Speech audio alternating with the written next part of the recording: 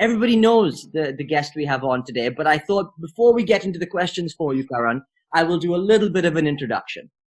So it's great to have you on, and I have to say that ever since I was a young lad, I actually followed our guest's journey. He was someone who actually moved from India to the UK at roughly about the same age that I did. And through hard work and dedication, actually ended up at one of the most prestigious universities in the world, Cambridge.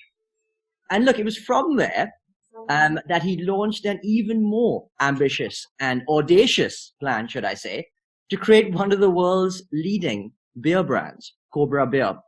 And good news is I don't have one sitting with me at 8 a.m. on a Friday morning, but I certainly will have one by the evening. And Cobra Beer really put him on the map as literally one of the UK's top entrepreneurs. Now, I know this show is all about creating role models. And so I feel it really appropriate to admit that in many ways this person has been mine. And I've tried to follow him in his footsteps, from his love and passion of education to his passion for marketing and brand building. Now, the truth is that he really doesn't stop. And every year, he seems to be getting harder and harder to keep up with. Just last year, he was appointed the president of the CBI. And that's in addition to his political duties as a lord, a university chancellor, and the chairman of Cobra Beer Partnership. So, Lord Karan Bilimoria, it's an absolute pleasure to have you on with us this morning. Before handing over to Mark for the first question, I just want to talk a little bit about a special giveaway we have for all our participants this morning. It's a chance to win a £50 Amazon voucher. So what you need to do before the show finishes, and this is really important, so before it finishes, you need to post on LinkedIn your favorite quote from Karan, tagging myself and Mark. And then by the end of the show, we will close up and Jordan will announce the winner of the £50 Amazon voucher giveaway later on next week. Mark, over to you to the first question. Thanks, Richie, and fabulous to have you here with us, Lord Karan. So we're going to start with a nice softener, which is it's been a bit of a topsy-turvy world. So how have the last few months been for you? Firstly, Richie, thank you so much for asking me to do this, and Mark, thank you. And as well as to you, Jordan. Now, the last 5 months have been surreal, have been challenging, have been uncertain. They are for the whole world. I've never seen anything like this. I don't think anyone else has. I started Cobra Beer 30 years ago in a recession. I've lived through recessions during our journey. I've lived through many challenges. I've nearly lost my business 3 times, but never have I come across a situation as globally challenging that has affected everyone everywhere, and right through the supply chain, reverberating all the way through, not just domestically, but globally. So it is extraordinary, the circumstance we're living in, and a health crisis combined with an economic crisis going hand in hand. So yeah, totally challenging. And in many ways, I see myself in this new role as president of the Confederation of British Industry, or CBI, is a wonderful role at any time, let alone at a time like this when one is in a whirlwind. Dealing with all the issues, which I'm more than happy to talk about. Karan, it's interesting. You talk about all these various issues. What are the things that are top of your mind right now that, say, British industry is currently going through that you're trying to tackle through? To me, the most important thing is getting the economy back and running, firing on all cylinders as soon as possible. And the challenge there is you have a health crisis, and the health has got to come first. But now we've come to a situation where I think we made huge progress. We think back 5.5 months ago, in the middle of March, when the economic measures were announced by the Chancellor, when then subsequently we went into lockdown. 23rd of March, that time will live in our memories forever. And the world changed. And you look at then where the worry of seeing those awful visual pictures, films from Italy of patients in corridors with hospitals overflowing. And we were terrified that our NHS system and our hospitals and our critical bed capacity would not be able to cope with the pandemic. And we acted very quickly. And many lessons were learned straight away. So first, what we learned was government working on its own doesn't work. What works is collaboration. And I always believed in that. Even when I started my business and growing my business, I've always believed if you have a partnership mindset, is far, far better than if you try and think about it as me and going alone and trying to do everything on your own. So my wife is South African, and this wonderful African saying, if you want to go fast, go alone. If you want to go far, go together. And this was no better demonstrated than when the critical bed capacity had to be addressed, the NHS working with the armed forces, including the Gurkhas, working with the Excel Centre, the private sector, working with University of East London, all together, and you create a 4,000-bed critical bed capacity hospital in 9 days. Now, we looked at China and we said, oh, wow, look, only China could build a hospital in 10 days. We did it in 9 days. And then we've rolled them out around the country. And what we showed then, that in no time do we come anywhere close to exceeding our critical bed capacity. And then when it comes to treatments, then when it comes to dealing with this disease, our testing, we didn't have the testing capability. Now we've ramped up our testing capability. And to be one of the key issues looking ahead, can we have mass testing where you can have affordable testing on a regular basis so people can find out whether they've got the disease or not. And if not, you carry on with life as normal. In America, they've just introduced, just now it was announced, just like yesterday I got the news, that Abbott Laboratories have got a $5 instant at-home saliva 20-minute result test, and they're producing 50 million of those. If we can have the ability to do that, people can test themselves and life can carry on. So we need to get the economy working back. And I think treatments-wise, we've made huge progress with treatments on how to deal with this disease. Vaccines, we're making good progress. We've now got to get schools back up and running. We've got to get people back to work. So you've been dealing with a lot, it's fair to say. And as president of the CBI, it's probably beholden on you to be optimistic and full of solutions and driving things forward. So that's a lot on you. How do you, and this is a question actually that Phil's just raised in the Q&A, so good timing, Phil. How do you maintain your energy and resilience through that burden? Well, you know, the thing about energy and resilience, I always believe that if you love what you're doing, then you find the energy. And my wife says, never, ever complain that you're doing too much because it's your choice. I mean, the fact that I run Cobra Beer, I love Cobra Beer. I to this day, if I walk past a supermarket, I have to run in to check it's on the shelves, is it in stock? What, you know, I have to do it. I just love it. I'm passionate about it. And to me, Cobra is just, I don't even feel we've started. We've got so much further to go. We're manufacturing here in Holland and in Belgium. We've got, with my joint venture partners, Molson Coors, 3 breweries in India. We export to about 40 countries, but we're just scratching the surface. This brand, I want it to be a global beer brand, and I want to get there, and I love the brand. You know, with being Chancellor of the University of Birmingham, what a privilege to be Chancellor of one of the 3 or 4 largest universities in this country, Russell Group University, one of the top 100 universities in the world. I'm so proud of that university and what we're doing there. Talking about testing, we're at the cutting edge of the testing research. The Premier League, we've just finished the football season without cancelling a single match. And that was done. I had a little role to play in introducing the testing company to our scientists in Birmingham who monitored the testing of the players, the staff, the referees, the coaches to enable those matches to carry on. And it's a test case that how you can get on. And we finished the season. So Birmingham is such a privilege. I mean, I've just stepped down after 5 years as chair of the Cambridge University Judge Business School, one of the top business schools in the world. What a privilege to do that. And I'm now an honorary ambassador. And in the House of Lords, I love the House of Lords. I can't wait for us to get back to normal debate. At the moment, we're operating on a hybrid basis. We're limited 30 people in the chamber, where you can't intervene, where you can't challenge, where you can't have a debate. You can get through the motions, you can make your points, but it's not the same as being in that chamber and having that debate face to face. I can't wait for that to start again. So yeah, and the CBI role is, again, an enormous privilege. I think the first entrepreneur to hold that role in history, in the 60-year history of CBI. I'm the first ethnic minority individual to hold that role, a first relatively younger person to hold that role. And again, that's a phenomenal privilege. And what a great team the CBI has. And people don't realize, it's an international organization. It's headquartered here in the UK, throughout the countries, the regions, Northern Ireland, Wales, Scotland, all around England, but also offices in Washington, offices in Brussels, offices in Beijing, offices in Delhi. So an international organization as well. So representing British business in Britain, but for Britain around the world. Karan, I have to ask, I mean, like, with the number of things that you're doing, I've got a bit of a light question and then perhaps a little bit more of a reflective one. So the first one is, do you actually sleep, and for how many hours a night? And the second one then is join the dots for us, because I would love to hear how, you know, a bit about the journey, about how you actually were able to get to the position that you're on, perhaps some of the hurdles and lessons along the way.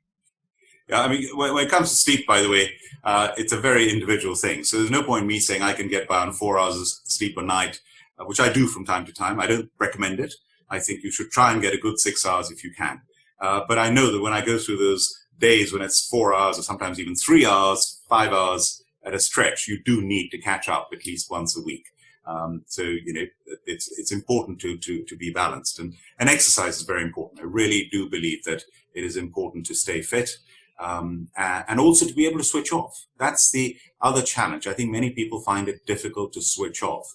And I do find I can work until 11 o'clock at night, and then I can just stop, sit down, grab a Cobra beer and watch some television for an hour and switch off. And then go to sleep, hit the pillow and go to sleep. So that helps to be able to do that. And also the ability when you're doing lots of different things during the day is to be able to switch on and off from one world to another.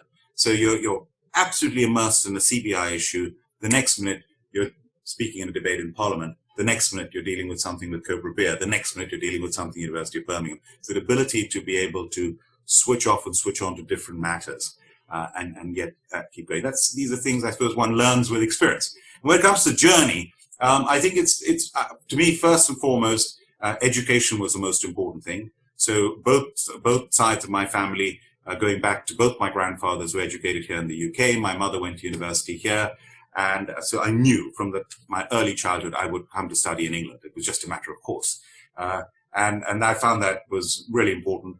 And it was while I was studying, I'd already had a degree from India before I came here. I skipped my A-levels. I had a lucky break, and I graduated at 19, came here, qualified as a chartered accountant, which with what is today Ernst & Young with EY. And that was great training. I mean, I knew about halfway through I didn't want to be an accountant for the rest of my life, but I valued what I was learning, and I valued the professional training and qualification. And it's really been useful. And then I did a law degree at Cambridge. And again, I really, really enjoyed that.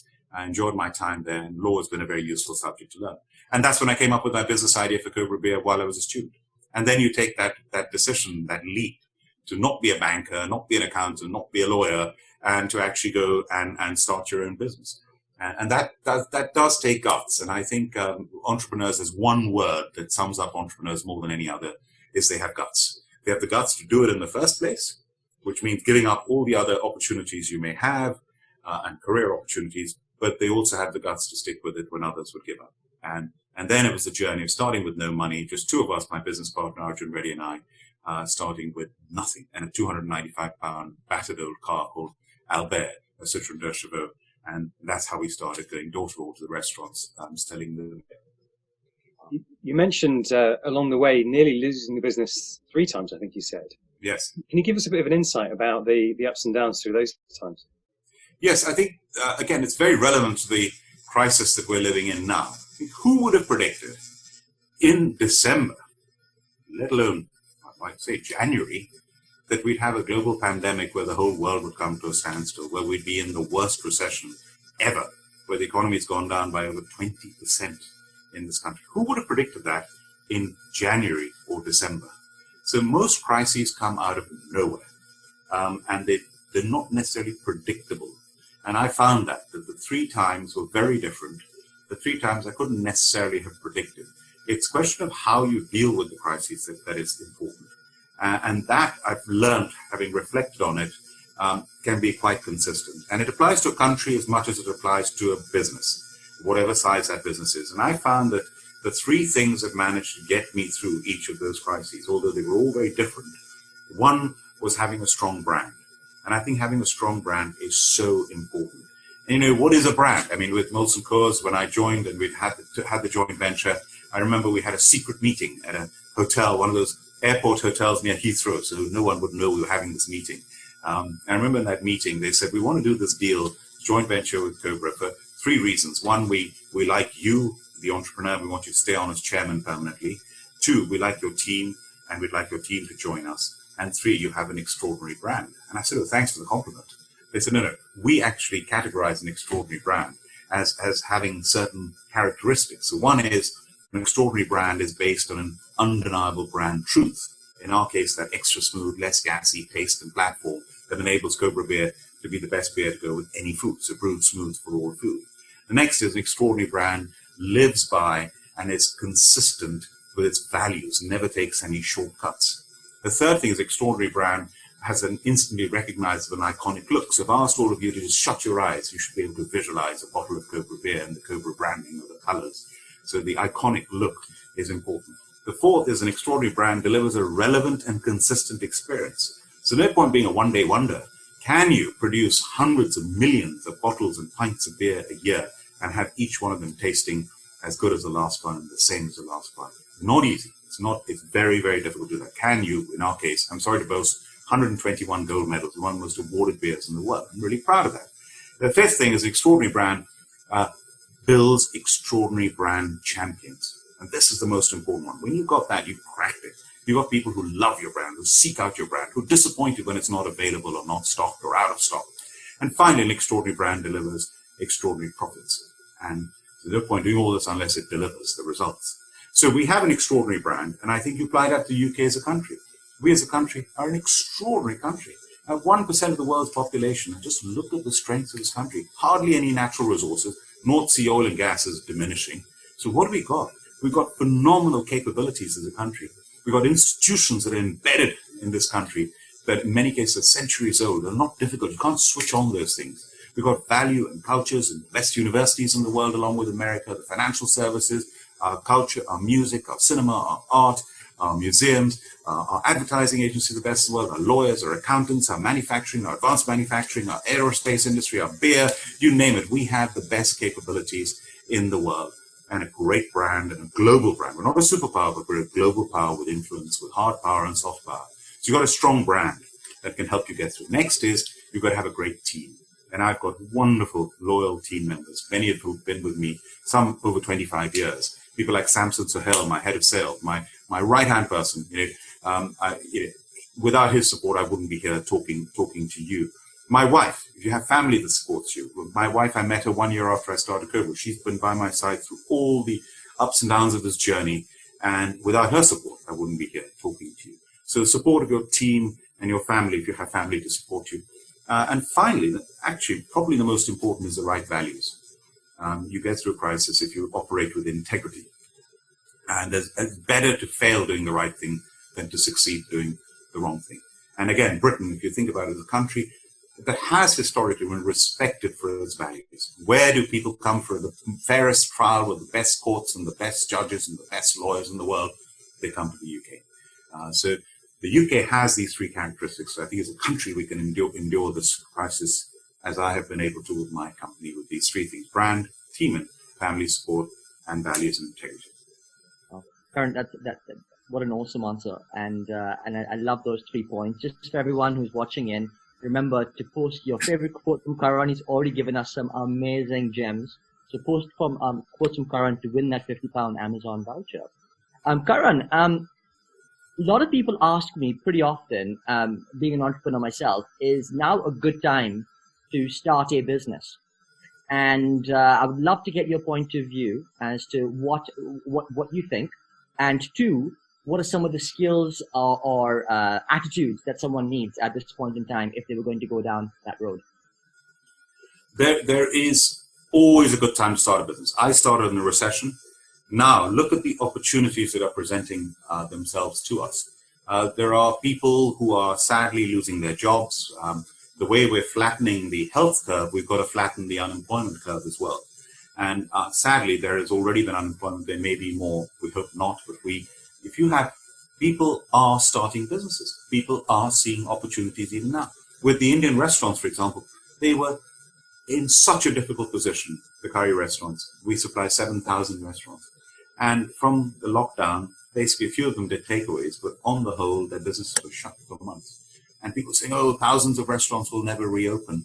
You know what we found when we did the analysis? They're so resilient as an industry. They suffered so much.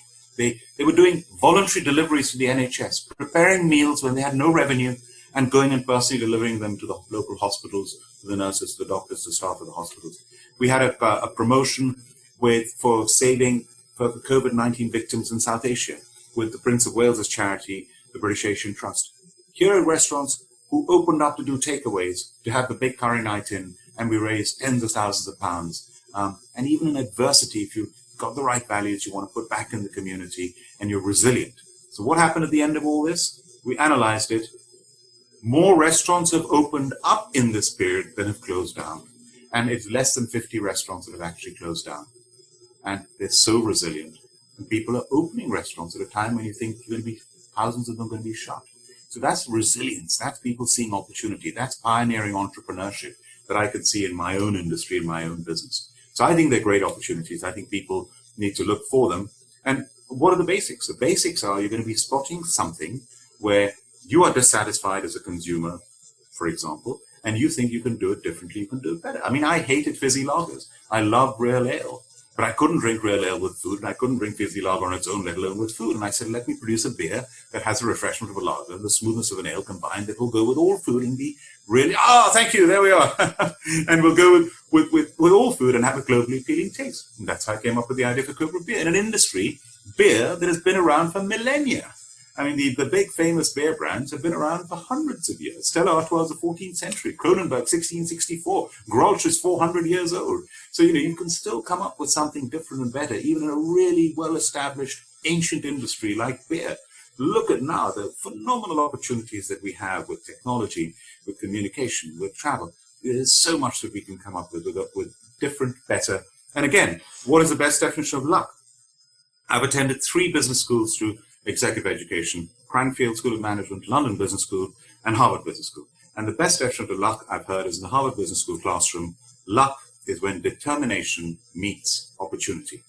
If you're not determined, you will not even see that opportunity. And serendipity. Now, Mark Durand, one of our rock star professors at Cambridge Judge Business School, defines serendipity as seeing what everyone else sees, but thinking what no one else has thought.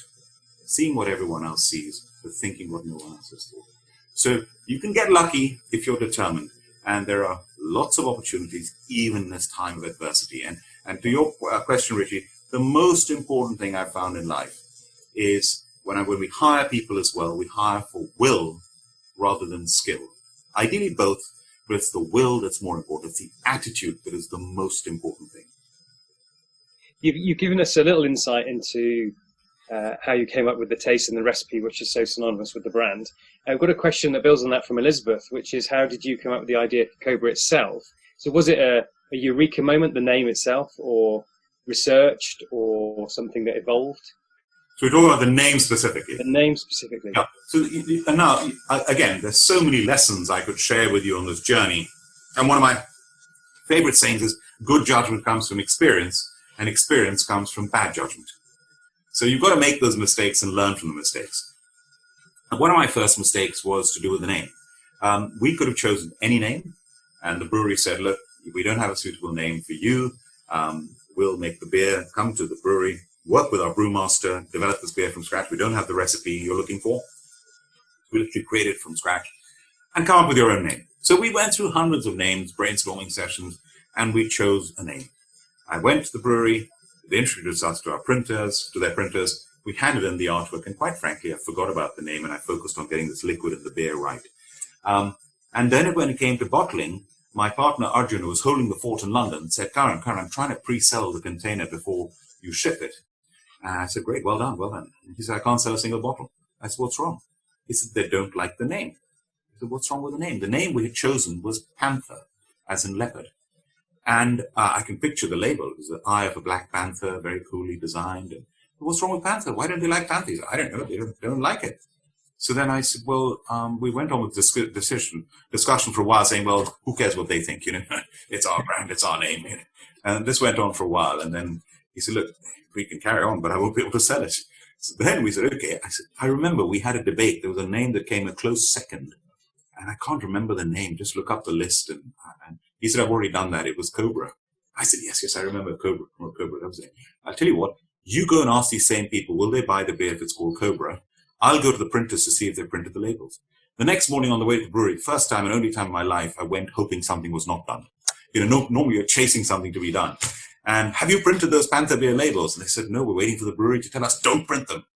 And within 24 hours, Arjun got back to me and said, they love the name Cobra. And you see the lesson learned, and of course, my brother had an advertising agency in Hyderabad. I said, Nadir, please help. I need the Cobra Beer, new label designed from scratch. I flew over to Hyderabad. His team dropped tools, and we designed the Cobra Beer label from scratch. the bottling was delayed, the shipment was delayed. It's the best decision I made. And the lesson I learned there was, as an entrepreneur, you come up with the idea, but never go forward with your idea without testing it with your customers and your consumers first. And of course, now we do such detailed research. We come up with the ideas, but we get what our customers, our consumers think before we go ahead with them. And what a name. Cobra has just turned out to be such a phenomenal name. It's our most valuable asset. It's short, sharp, punchy. It takes you back to that part of the world, to South Asia, to India. And it's memorable. And it has this impression that it's cool and contemporary, but yet it's really well established. People think it's been around for centuries. Well, you've given us a real gift, because I think most people will assume that was the name that was meant to be in that 24-hour pivot. It's quite a story. I'm sure you've had many pivot moments, but what would you say is if possible, your greatest triumph along this amazing road you've taken? My greatest triumph,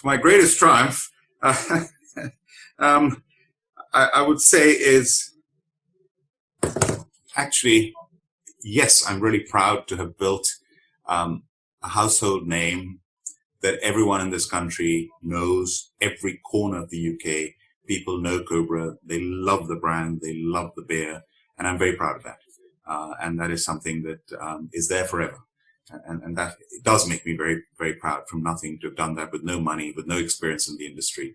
But I suppose what's really important to me is my family and my wife and my 4 children, and to see them grow up, and they've grown up as the beer has grown up. I can remember my older daughter, when she was 5 years old, standing on a case of Cobra Beer saying, "I'm going to be the boss of Cobra Beer one day."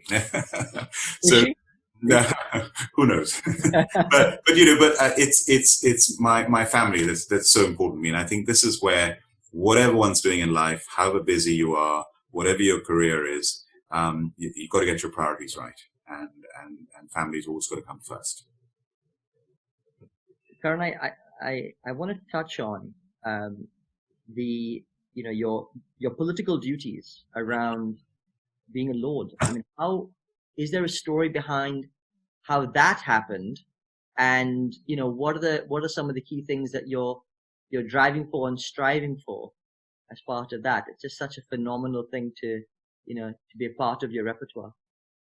I think that if you look back, do you have an interest in politics as an individual, an interest in wanting to make a difference, to take part? And you look back at your career, and some people who get involved in student politics, right from school days, university days, others don't. And for me, I started debating at boarding school in India when I was 14 years old. And I found that, looking back on it, that was such a great opportunity that I was given. To be able to start in front of the whole school, being able to debate and then representing your school. I then went on to carry that on at university in India, and at Cambridge I debated for the Cambridge Union, and I led the Cambridge Union in our varsity debate against Oxford 2 years running. And one of my friends, who became a good friend, and my opponent was Michael Gove, who was the head of the Oxford Union debating team. So that debating and student politics was something I was very interested in. And then when I started my business, of course, head down for the first 7-8 years, just building my business. And in that period, I remember I was given the opportunity to stand as a member of parliament. And I had to make that decision. Now, am I going to do this? Am I going to stand as a member of parliament? In which case my business may never take off, because I will have to sacrifice my business for that. Or do I focus on my business? I made the decision that and I know I made the right decision in focusing on my business. And later on, I realized as I got more involved that, there is another way of doing this, and I could be a member of the House of Lords and as an independent crossbench peer. So I sit as an independent.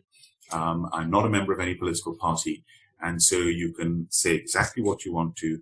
Each vote, you can do exactly what you feel on that issue, and you don't have to toe any party line, and you can be independent in everything you do. And that I've done that for 14 years. I find it hugely valuable. I love it, being able to challenge government, being able to come up with ideas and present them and make a difference. You mentioned, I was intrigued by you saying you think you've not even got started yet. I think you said 60 odd markets. And so going back to Cobra, how far does this go? Where's next? What's What's the pipeline, the roadmap? Part of being an entrepreneurial journey is non-stop restless innovation. And you are restless. You're never satisfied. You're always striving for perfection.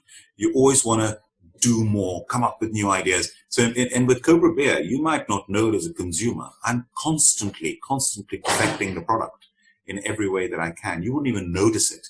But without changing any of the fundamentals, you're constantly trying to perfect and improve the basic product without in any way changing the fundamentals.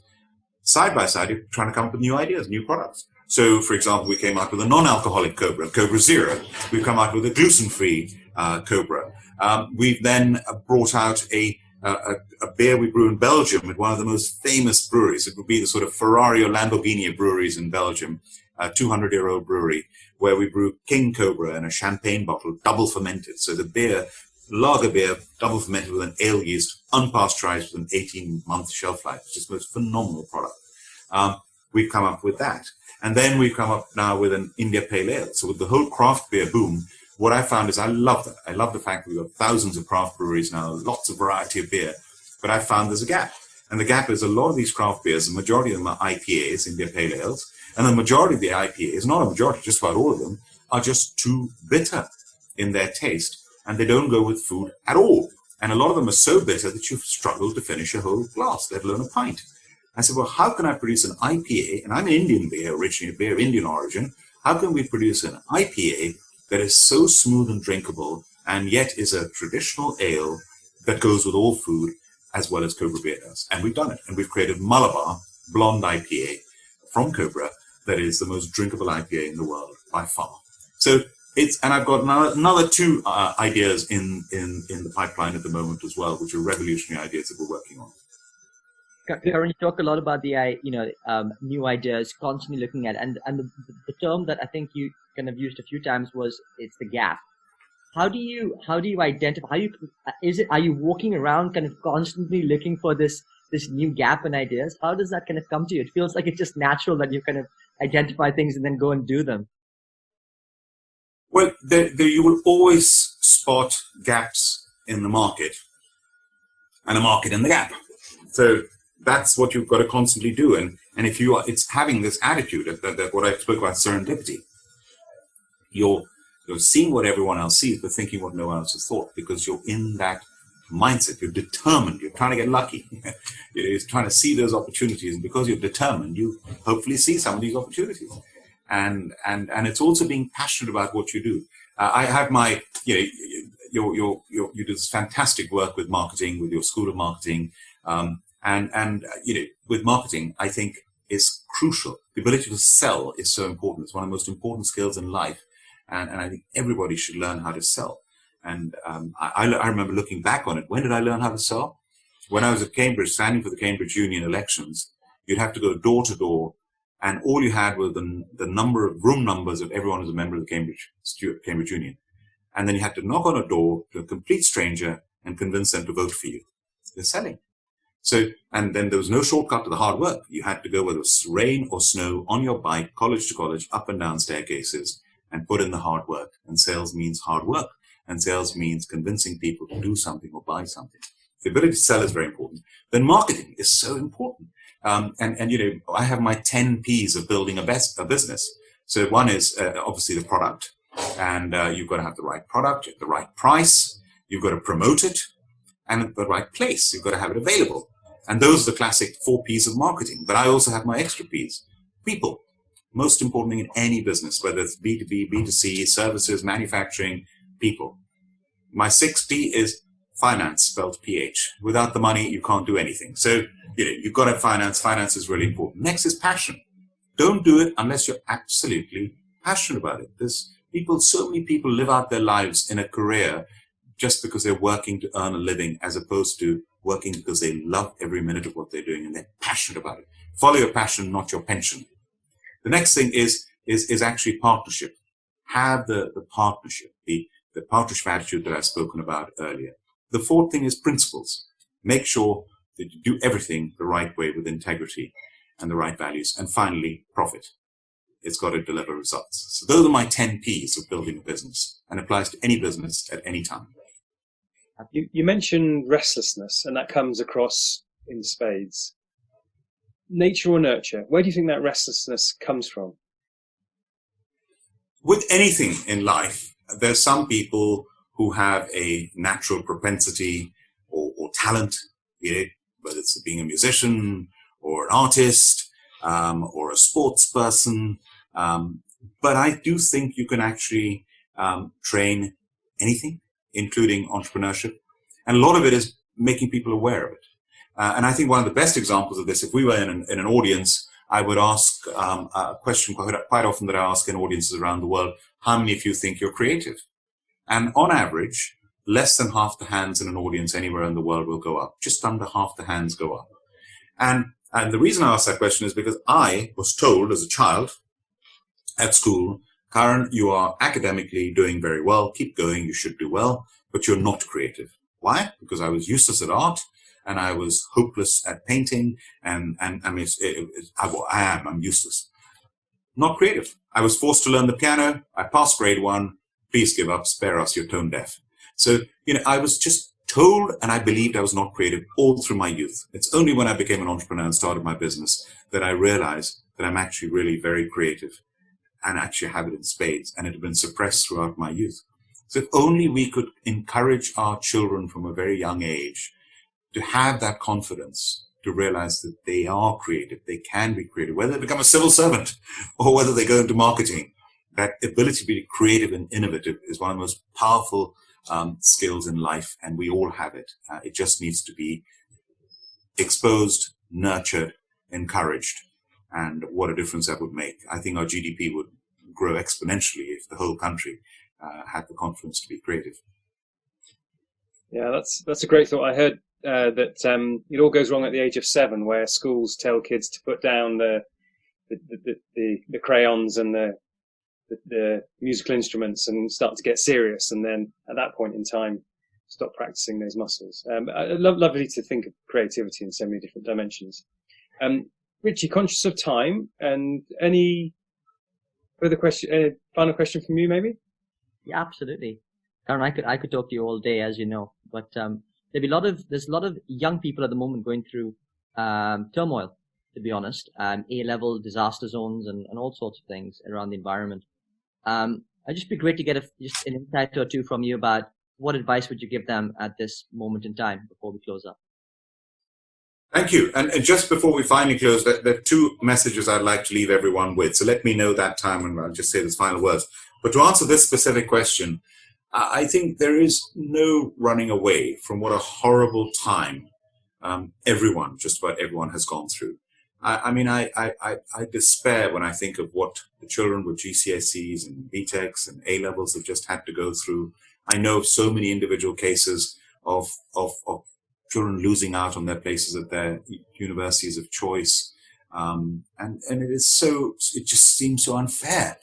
And what I've learned from a very young age, again, if we had time, I would tell you some story about when I discovered really that I had the traits of being an entrepreneur, is you can have a sort of rebellious attitude to things, but you can complain.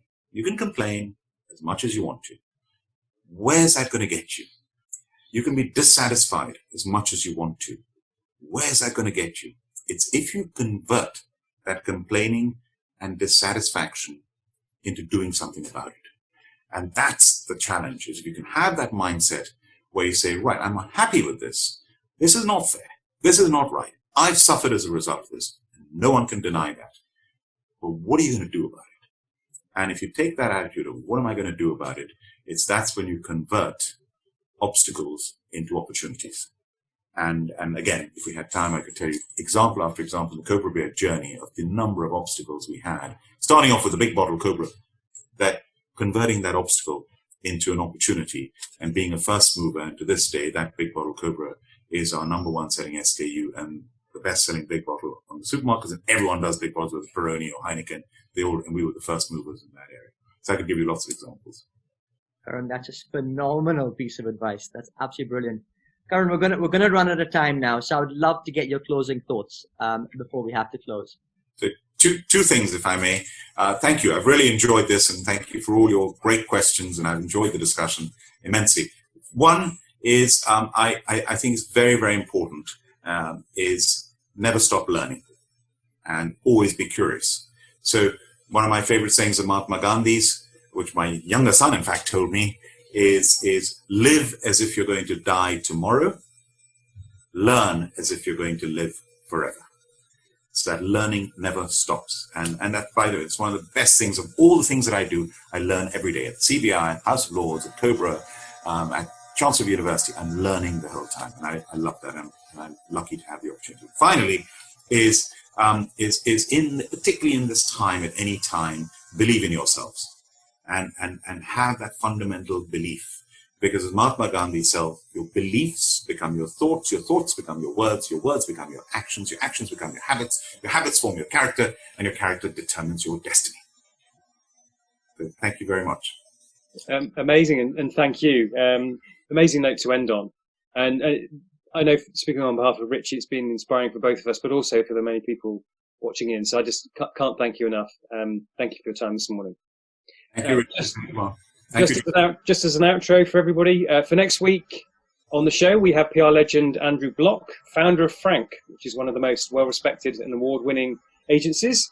Through the years, Andrew's worked with many celebrities and leaders, perhaps one of the most notable, Sir Alan Sugar. So join us next week and we'll find about his career experiences. But until then, thank you again, Lord Karan, and a great weekend, everybody. Thank you very much. Thank you. Thank you, Karan.